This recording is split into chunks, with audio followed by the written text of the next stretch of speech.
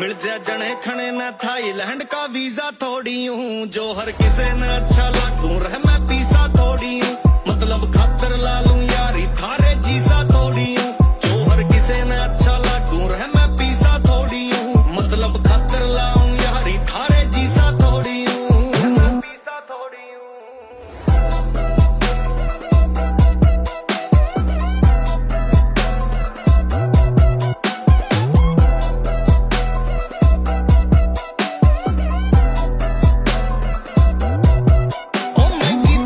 बोतल दारू की ये रंग बदल है सिस्टम देख के तगड़ा बोलन कहा ये